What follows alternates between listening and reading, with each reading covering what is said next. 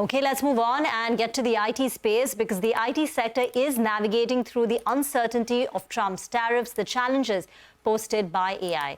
Now, just recently, I caught up with Arundhati Bhattacharya, who is the president and CEO of Salesforce-South-Asia, and I began by asking her what her corporate clients are telling her and doing in these uncertain times. Listen in. This uncertainty is of a different kind, but it's something that the world has faced earlier, in the sense that there was uncertainty during COVID, there was uncertainty during the Ukraine war. This, of course, is a little bit different, but then every uncertainty is uncertain because it's different. So if you ask about what our clients are telling us, there is not something very different from what they were telling us 2 months back.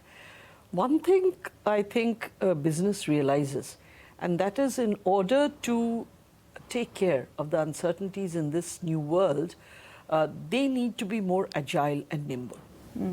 They need to be more flexible. They need to be more productive and efficient.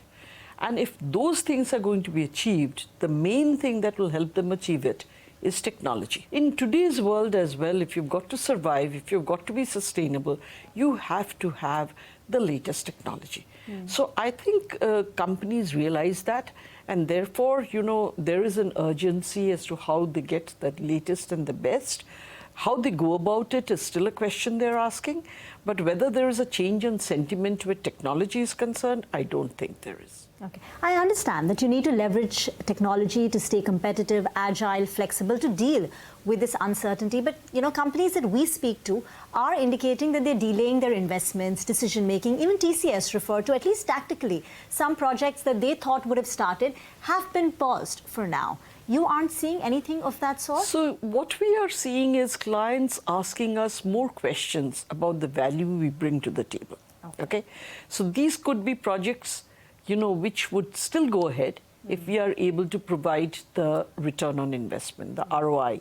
So value creation and proving of the value, I think, is very important, along with the fact that, what the project really entails, what will be the actual outcome.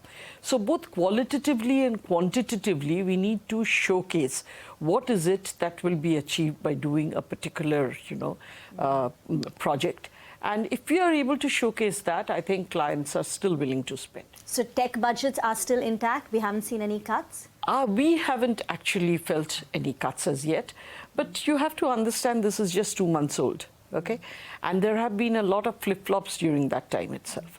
So unless and until people understand what will be the exact fallout, at this point of time, it doesn't seem to be impacting it yet.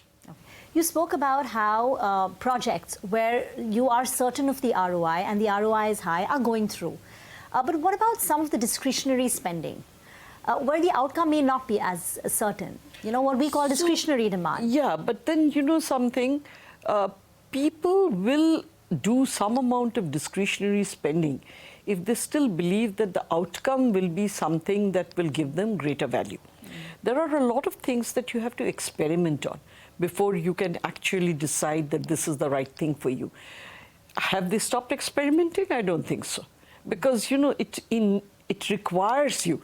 See, you have to try many things. Sometimes you need to fail in order to have success. But people want to, try fast and fail fast and get up and do the right thing again, okay? So I don't think this is the things that we are trying to do, which is create a unique customer experience. And we play in the customer experience field, and to create the autonomous agents that will take away most of your very, low-value, stodgy jobs and leave you free to innovate, leave you free to actually get in touch with your customers. Those are not the areas that people really want to cut down on. Because at the end of the day, any organization, no matter what it does, ultimately it's dependent on your customers. And if you're not able to please those customers, if you're not able to address the pain points of the customers, if you're not able to create unique experiences for your customers, then, at the end of the day, what the hell are you doing? So Salesforce India, as of now, is not impacted, according to you? As of now, we would say no.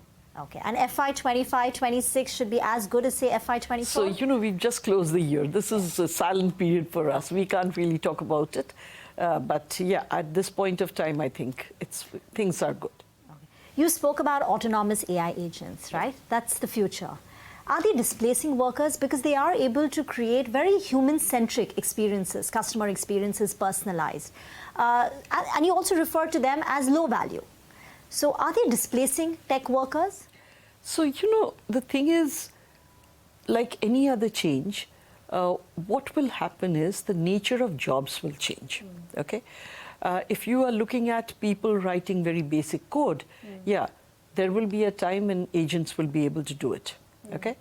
But if you're looking at evolving that code into something that really means addresses the issue at hand, you will still need human intervention. I think we have to stop fearing the fact that there will be job losses. There will be job changes. The way we are working today will change. The nature of the jobs will change.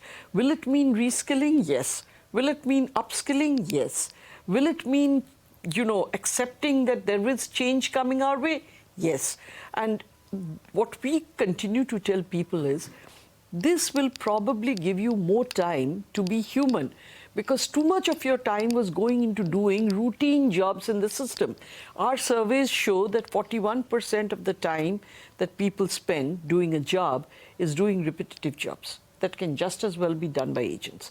Now, if you got back 41% of your time, imagine how much more you could accomplish. Imagine how much more creative you could be. Imagine that you are actually then not getting burnt out, but you are being thoughtful about your job. You are actually connecting with your customer one-on-one, which probably in today's day and age people are not able to do. So I personally think that this is something that will be a huge enabling, initiative. It will enable people to do much more at a much less time and do it in a far more human way. So in fact, contrary to everybody else, I continue to say that agentic AI will enable humans to be more human rather than the other way around. So it's not a question of displacing, it's a question of changing.